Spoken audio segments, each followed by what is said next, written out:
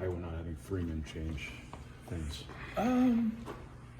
Just if it would happen to you, the next man up, you got to be prepared for another team's best, right? You got to be prepared for someone to step up and fill that void. So, you prepare the same way because their style doesn't change. Obviously, he puts a burden on things just because the way he runs the floor, the way he plays out of ball screens, he can put the ball on the floor. He can do a lot of different things, and you just got to take the next guys, at their strengths and just be ready for it. They can always really shoot, and that's what you got to be ready for most, right? Yeah, more than anything. They're shooting. Well, it's more than just that. You can't turn the ball over and take bad shots and let them play in transition. When they get in transition, they are very dangerous. And anytime they have laws, you'll see, Fran really encourages them to get the ball moving, to get up the floor, to be aggressive, to be more aggressive. They're at their best when they're aggressive, shooting threes, driving the ball, making the right plays. Because they have so many different weapons. They have so many different guys that can drive it, so many different guys that can shoot threes. But they're just not a three-point shooting team. They're a team that can play off the bounce and can play off their actions. Just what you've gotten lately from Jakari and CJ, how much has that sort of completed your team defensively, but also having those extra ball handlers? Yeah, that having extra ball handlers helps us. But we're not perfect in terms of our growth, and so I still think there's improvement there for both of those guys to keep guarding the basketball, but also contain it. We still had a couple possessions there where they just ripped and drove past us, in our last game. So just keep working, keep getting better. But they both have definitely helped us. In November and December, there were a lot of they were pressuring the ball full court, but there were a lot of straight line drives that came off of that too. Did those guys adjust somehow? They've just gotten better at it. They've just gotten better at it. You still got to put that kind of pressure at it. It still happens. It just doesn't happen as much.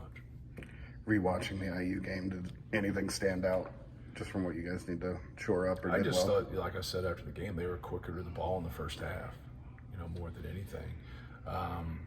We don't get a high volume of threes, but we get some good threes that we don't make.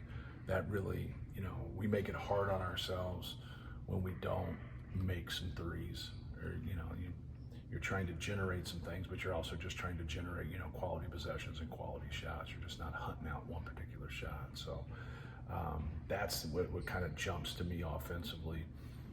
We took care of the basketball. We did a better job rebounding in the second half. I thought they played well. I thought our inability to contain the dribble and closeouts really helped Indiana. They got us in some rotations, and when they did, we forced some turnovers, and we got us in some rotations, and then when they could complete passes, they broke us down, and we just got to do a better job of containing that, but also doing a better job of getting back into help too. So like that, when the ball's living in the paint too much, that's going to hurt us. That's going to hurt. It's going to hurt anybody, but it's really going to hurt us. You guys have had a little home stretch here, and now this is a month where there will be some pretty significant road games coming up. And how much does the defensive improvement that this team has made factor into winning those? Well, you hope it factors into it. Like each game is a new game, right? And so I think, it starts with our offense. So if we take good shots and we take care of the basketball, we're going to keep setting our defense, and that really helps against a team like Iowa, because the more they can get in transition, the better it is for them. So I think that's where it starts with, and then just recognizing what they're trying to do in their actions, like who they're trying to get the ball to, what they're trying to, manipulate. We're all trying to manipulate each other into thinking one thing to really create another. So they are always looking to drive and then play off of those drives, whether it's back cuts or kind of dribble-ats and a lot of different actions. Then once it hits the five, they play off of stuff, they'll run cutters off the baseline. They run good stuff, and so we're going to have to be ready to defend and ready to contain the dribble, but also be able to play without fouling. And sometimes that's difficult when you cut the way they cut. What does Trey need to do better on his screen? Come set, be legal. And you can't get him there at the end. Those were all fouls the other night. But isn't that sort of college basketball now? Guys moving into screens to move out of the screens on their rolls. You're thinking backwards, so you can't think backwards. You don't coach somebody else's team. So like, if he's moving on a screen, get it corrected. If he's not moving on a screen, then they need to get it corrected. But we can't bitch at him when they're right. You know what I mean? You got to correct that. You got to come set. The thing that he's trying to do is get Braden open, which from a functionality standpoint, we work on screening a lot, and we work on the angles of a screen a lot, and that's important. But it's not worth his third and fourth. It's not that See important. a lot of those guys, they'll lean into screens. No doubt. Like, is it the feet that have to be set, or does it have to be feet that? It's everything. When you have contact, you got to give somebody a step. If they don't see you, if they see you, you don't. But you always have to be set. You always have to be legal. And what happens is it gets poorly officiated, and then you like go tit for tat. And you're like, well, they were able to move, and you just let each call stand by itself. Was he moving on those screens? Yes. Like, don't stay in the game. Well, I'm just trying to understand the rule. Are you allowed to like lean in? You're gonna be here a long time. Yeah. I got all day. Yeah. So do you have to be perfectly straight up, head to toe, or do you have to just have your feet set? You got to be legal. You got to be set. You can't have anything moving when there's contact. Nothing can move. And then it varies from night to night. Yeah. I didn't create this. This is like there a are- family foundation. There are 97 fouls in every college basketball game. It seems. Yeah, our weekends have been consistent with us coming into Volume of I'm done. 3-point attempts has kind of been low in the Big Ten play. Yes, Is that other team doing stuff? That's the other team, yeah. They're just not going to let certain guys shoot the basketball. But what it creates a lot for us is what we've talked about from day one. Now Braden's got to play. And so when you see Braden go 11 for 21, that is a good thing for us, because now we're not forcing things. Like, he's getting to his shots because they're saying they're going to give you that pull up versus coming in for the spray out three or the dump down or whatever it might be. So he just needs to keep staying aggressive. And if they want to defend him as a scorer, he'll be a passer. But if they want to defend him as a passer, he's got to be a scorer for us.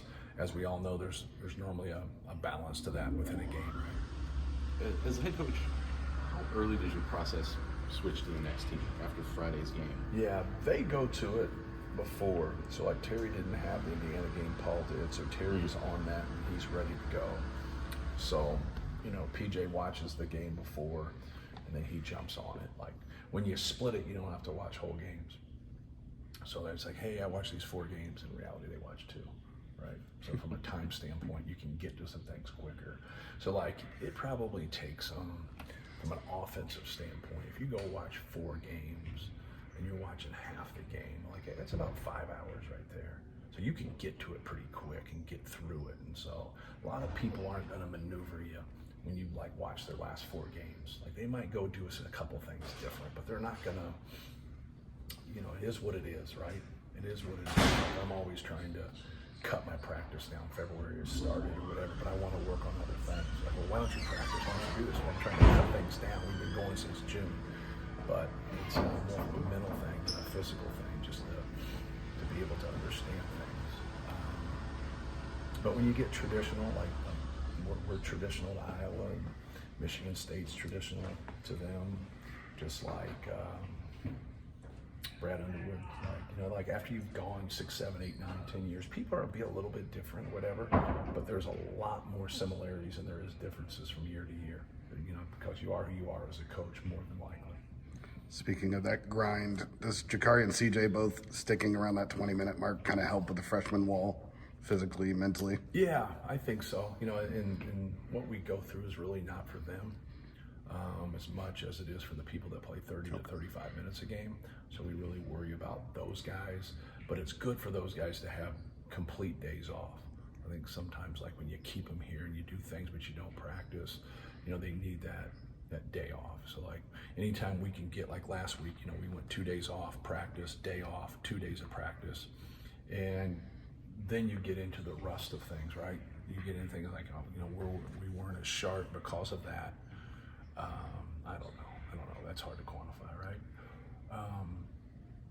But no, you're really getting it to this point to where if you get like considerable time off, like those 2 days really help. They really help. But we look, you know, the guys with fast twitch muscles can recover a lot quicker than the other guys. So like Fletch, Trey Kaufman, like those guys aren't going to recover the same as some guy who's a sprinter. Do you have to tell them not to come to the gym on those days, or I mean, some people you have to just be like, listen, go home and do something. I allow them to do what they want because each guy goes through a different, you know, approach to things, especially someone who doesn't play versus someone who plays a little versus someone who plays a lot. I think it's a lot different. And then you throw in who's a freshman, who's a sophomore, who's a junior, who's a senior. Like you grow into your habits, and some people don't like it to be away like that. They want to come in and at least shoot or do something. Other people need to get away, so you just allow it to be, you know, on their own. So kind of going back to December, you know, Jakari wasn't shooting well. CJ seemed like he struggled a little bit with backcourt pressure, was getting sped up a little bit. How important can it be for young players to overcome struggles early in the season and then come out of it on the back end pretty good? Yeah, it's great. You know, you're going to struggle with something. Everybody is. And when you do, now you got to, you know, how you work through it is really your growth as a player. And so, like, I think CJ missed 10 straight shots after he made those 3 against Alabama. You know, Jakari was, you know, struggled from 3. But it's different when that's what you're good at. So if you're good at something that you're struggling, you got a reference point to go back to and say, hey, I shot 44% from 3 in high school. You know, I've made 7 threes in a high school game before. I've done this, I've done that. So now it really helps you. Like if you come into a situation and you've always stunk at defense and you still stink at defense, it's really hard to feel like, hey, this is going to start working out here for me, you know, because you've never been any good at it. And so it's hard to get them like, okay, we gotta learn some things. We got to get a defensive foundation. We got to remotely know if your man's in the same county as you are, like things of that nature. Like, you know, just like, hey, we got to build some confidence here, but if you don't do anything well, it's really hard to build confidence, really hard for me to play you. So both of those guys have a good mentality about guarding. They understand what's going on. Now it's learning the ins and the outs of things. Now it's learning the nuances. And more than anything, the hardest thing for them to do is just be in the half court against a good player where they have to recover and they can keep him in front of them. That's the hardest thing. Handling pressure and containing the dribble are the 2 biggest adjustments normally for a young player.